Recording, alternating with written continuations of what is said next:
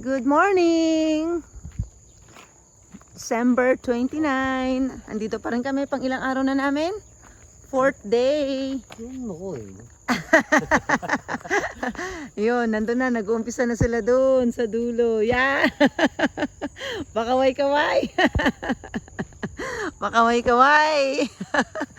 Yan, nag-uumpisa na sila doon. So, maligo muna tayo. Tingnan natin kung gaano kalamig ang tubig ulit ngayon. Kahapon yung unang buhos ko, napapakanta ako sa sobrang lamig. Grabe, parang may yelo. Papaya? O, magtitinola daw kami ngayon. Hinahunting na namin yung papaya. Tsaka manok. Manok! Mahirap manghuli ng manok dito. Yari tayo, bibili na lang tayo. Bili tayo sa may-ari, baka habulin tayo na may-ari. Yan. Ayan na yung pinaano namin, no. Mabuhat na to, mami. Yan.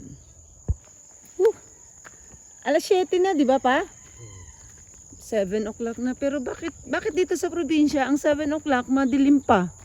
Ang alas 6 nga nila rito, yun. Kala mo, alas 5 lang dun sa, dun sa Mary Chris. Ang dilim. Kaya ang sarap matulog. Tapos ang lamig.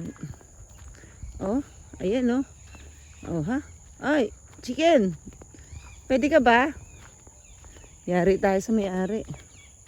Yan. Punta na kayo dito, bili pa kayo. Ang dami pa doon, doon sa side na doon, madami pa doon. Marami pang open doon. Tapos yung doon nga sa dulo doon, dito tsaka dito. Marami pang mga open na lots. Available pa siya for sale. Ha? Hindi, wala akong idea pa eh. So, ayan. Meron na mga ilan-ilan dito nakatayo. So, good morning ulit. December 29. Yeah.